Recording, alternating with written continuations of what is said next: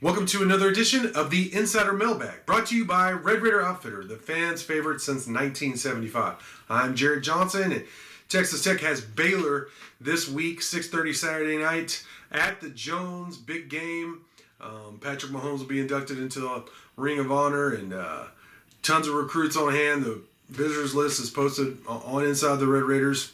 So a lot of excitement, a lot of juice for this game, which will be televised on ESPN2. But we have a lot of mailbag questions this week as well, so I'm going to jump right into them. First one comes from Nas Raider, who says, there's a lot of conversation on the offensive line play being improved the past week. He wants to know basically the reason behind it. He brought up a couple of reasons. And for the sake of time, I'm just going to say, yeah, it's several things. Definitely Baron Morton taking over at quarterback. I think it's also gelling. It is. You got to tip the cap to the coaches. On one hand, for bringing the offensive line together, but on the other, also tipping the cap to the coaches. Tempo. I think them playing faster, and that's what Coach McGuire said when I asked him earlier this week in his press conference, was that the fast pace, the tempo, tiring out the defense, keeping them on the field, and then being able to push them around while they're tired has made a huge difference for the offensive line. And that's clear to see. And I think, but that goes back to Baron Morton being better at tempo, I think, than Donovan Smith. It's proven out that way. So they ran for 239 yards. Texas Tech did against West Virginia, and racked up almost 600 yards, 148-10, of course.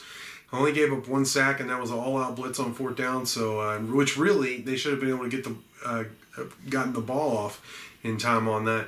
So, offensive line's playing better. If this is the style that works the best for this group, then hey, I'm all for Texas Tech running this up-tempo offense.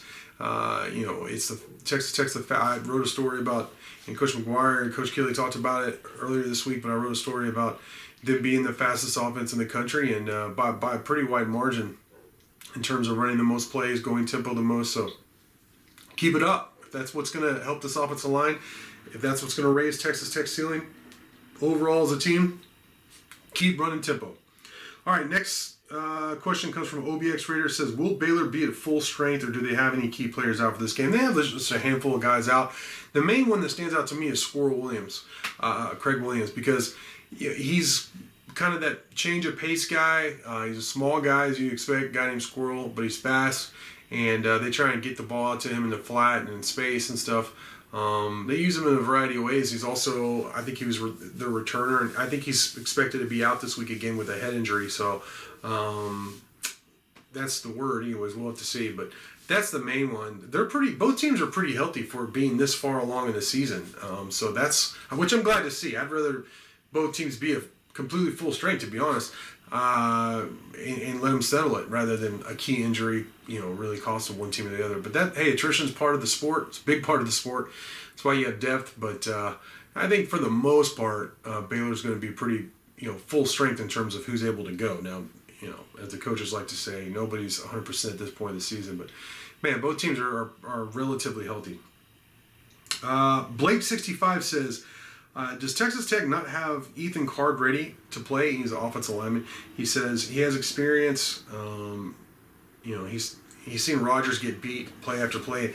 Even last week when the offensive line did play better, you could ask Mighty Joe. There's a couple times in the press conference where it's not even like I'm being a homer. It's more just seeing someone struggle so much and being so frustrated with poor play in general. If it was on either side of the ball, like, wow, that's just not good offensive line play. He got beat a lot. He got pushed around some. And so Blake's wondering what's up with Ethan Carr, who he started at left tackle. He started a couple positions for Texas Tech before in his career. He's a big dude, like 6'7", 315, 320. And that's something that Joe and I have asked each other. I haven't asked the coaches, but when I actually thought he was going to start at right tackle for them. But he's been playing guard, and he's been down the depth chart. I don't have an answer for you for why. I know he was injured a couple years ago, but when I saw him in fall camp, he looked healthy. He looked like to be in really good shape. So I don't know if there's some reasoning for that, some kind of coach thing where they didn't think he gave effort or not. I don't know. I haven't seen that. When I've been in practice, I've seen him doing what they ask of him. So that's a big question for me too. Turtle Biscuit Boss says, Mahomes is getting inducted into the Ring of Honor this weekend. Who will be next? Well, I'd have to say Wes Welker's got to be high up there, right? I know there's probably some guys for like in previous eras that I'm not thinking of, but Wes Welker was a Texas Tech great when he was here, and he was a great player in the NFL. I mean, he almost kind of not invented, but he brought the slot receiver position to the forefront with his play, so kind of a specialized position, and he was great at it. So Wes Welker seems like the obvious choice. And as far as sleepers and stuff like that, I don't know. I don't know all the criteria and it's necessarily for the Ring of Honor. So it's supposed to be, a select group. So I don't think there's like a ton of guys. Now, Hall of Fame, don't get me wrong, that's a big deal, but that's not the Ring of Honor. It's my understanding, they envision the Ring of Honor kind of like the Cowboys do, to where it's almost even more select than or harder to get into than the Hall of Fame in Canton. So we'll have to see. But to me, to answer your first question, your main question, who I think will be next, Wes Welker seems like an obvious choice to me. All right, next question comes from Let It Fly. He said he stayed at a hotel this weekend where the Tech football team also stayed. He said they were all over the hotel. It was almost like walking around the locker room, walking past and around players and coaches all morning. He said it was cool but felt a little unconventional as a game prep. He says it appeared to work for McGuire.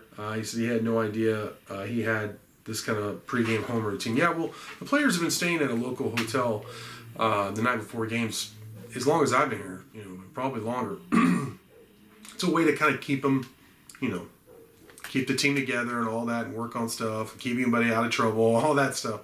But in terms of being around the hotel and everything, yeah, I mean, McGuire's a guy, he asks a lot, but also, I mean, he shows a lot of respect to his guys too. So, those guys have earned that. And it's a really laid back, on one hand, but also energetic group. And it's hard to just put one or two labels on a team like that, like a big group of people.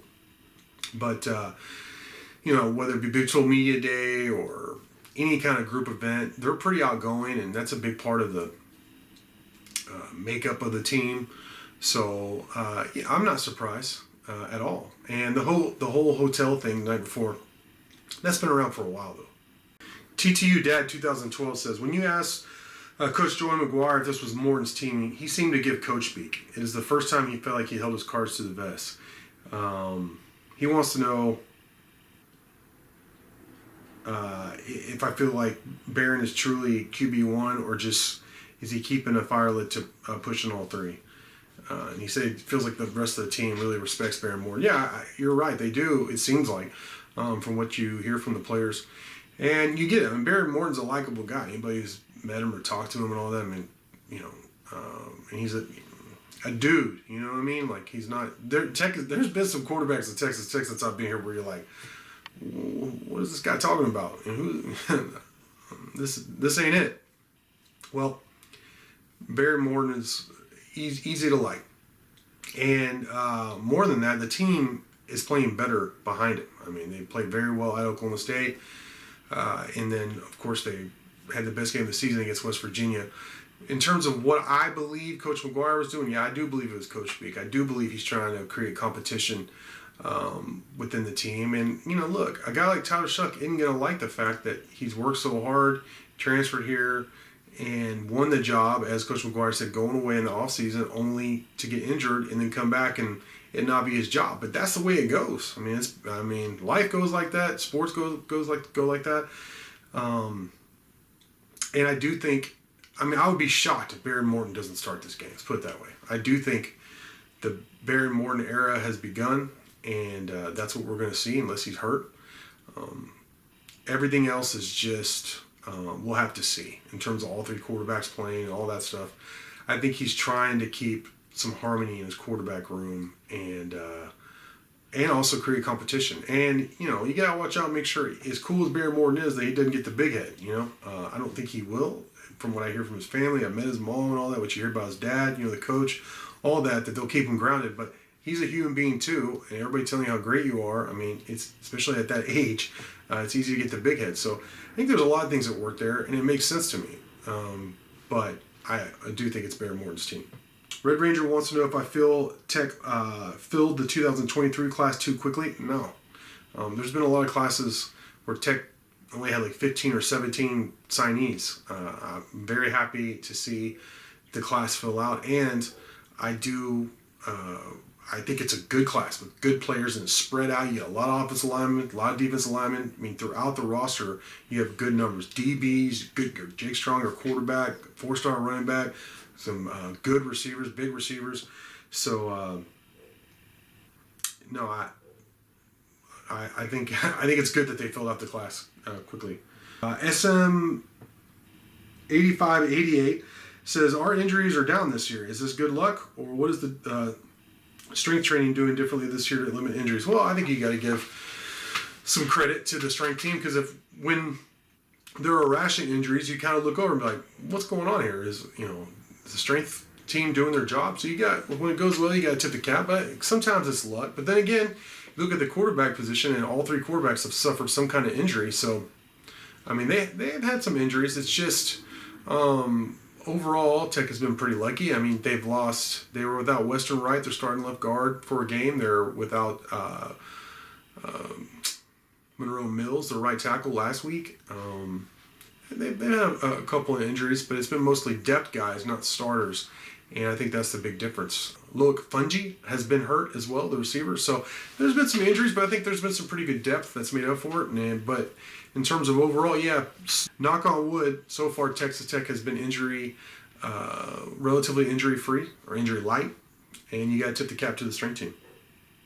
Laxo Larry says, not sure how well this question could be answered, but how is Coach Joey McGuire doing with the player buy-in and locker room cohesion compared to his recent predecessors? Well, here's my way of judging this and answering this question is, do the players play hard for their coach? And the answer to that question this season is a resounding yes. I mean, there hasn't been any no-shows. There hasn't been any games where you felt like the team their heart wasn't in it. They've played hard. Even the games they lost, they were in it. And it was a big turnover or something like that happened, or a tough road environment, or just a really good team they were playing. So I feel like this team has played hard. They've been in every game. They've showed up ready to go.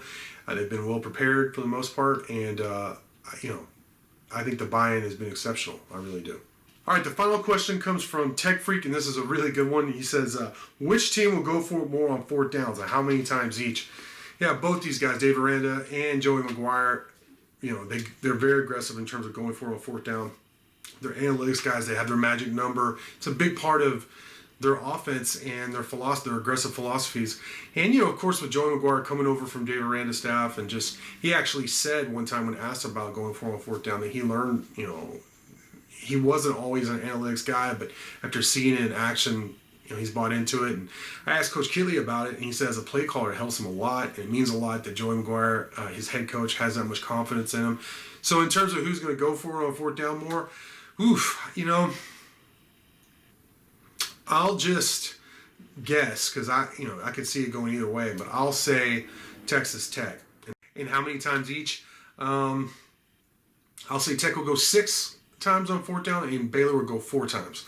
So that's a lot of fourth down tries there, but not really for these two guys. So it's going to be a crazy game. Both these teams are going to let it all hang out. It's a big game for both teams in terms of the season, so we'll just have to see how it plays out. But you asked me, so I'll say Tech, and they'll go 6 times. Baylor will go 4 times. But it should be really exciting. So with that, I want to thank you for watching, and until next time.